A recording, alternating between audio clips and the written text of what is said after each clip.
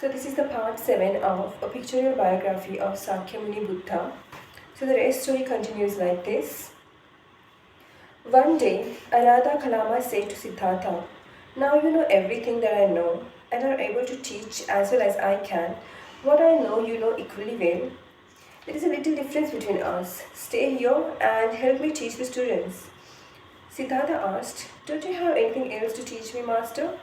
Can't you tell me how to escape from old age, sickness, and death?" Arada Kalama made no reply, for he had taught Siddhartha all that he knew. What the sage Arada Kalama had taught Siddhartha consisted mainly of the knowledge of meditation, the way to make mind very tranquil in order to eliminate all consciousness about existence in any room, and then how to remain in the joy of samadhi. But this kind of knowledge was neither thorough nor ultimate. It failed to satisfy Siddhartha, for it did not provide an answer to the problems of life and death, old age, and sickness that had constantly occupied his mind. For this reason, Siddhartha finally departed again to seek someone who might have higher knowledge than Arada Kalama and who would be able to teach him more. Later, Siddhartha learned that an old sage named Ujjaka Ramaputra had profound learning and a highly virtuous character. So he approached Ujjaka Ramaputra, became his pupil, and studied and practiced devotedly until his knowledge and capability were equal to his master's. Ujjaka Ramaputra also became very fond of Siddhartha, admiring his intelligence and talent, and urged him to stay and help him teach his disciples. But Siddhartha was not completely satisfied with Ujjaka Ramaputra's teaching. What he taught was indeed higher than Arada Kalama's teaching had been. Practicing with Ujjaka Ramaputra enabled one to silence one's mind so that he could be completely detached from all things, ideas, and feelings. In such a mental state, one could hardly say that one existed, nor could one say that one did not exist. Even so, one still could not clearly understand the ever present problem of life and death. Therefore, Siddhartha left Ujjaka Ramaputra's place also, and now he decided to stop visiting and learning here and there, around and about, but to search for the ultimate truth by means of his own wisdom and effort instead. In that era, just as in modern times, there were many Shramanas of various cults in India who renounced their families to practice asceticism.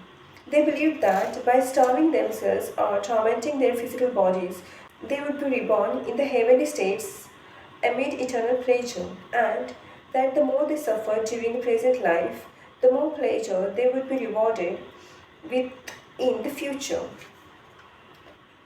So they practiced hardship by indulging in all kinds of tough and strenuous acts.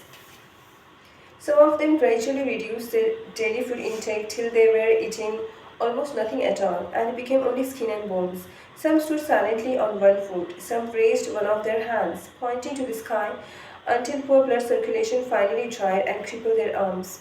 Some clasped both hands tightly together and never loosened them, so that the fingernails completely penetrated the palms and grew through to the back of the hands. Some of them slept on boards pierced and fully covered with sharp nails.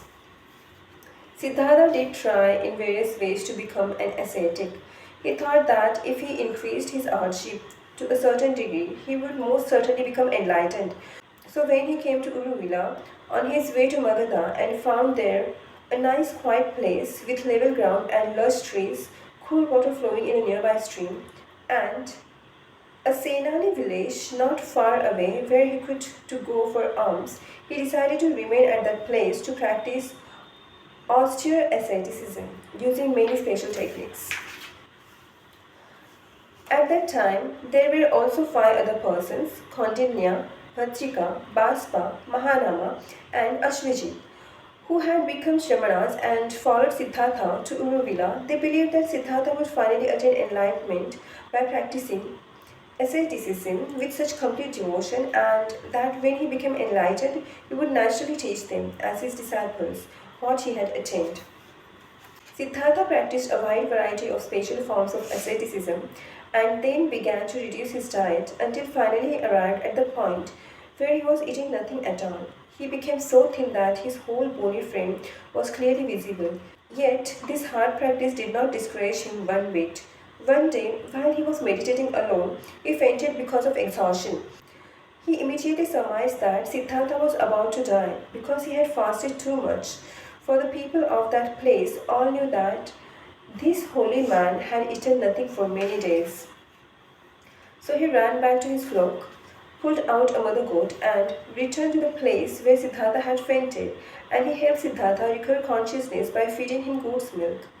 Now Siddhartha felt better and began to think and reason, how did he faint and revive?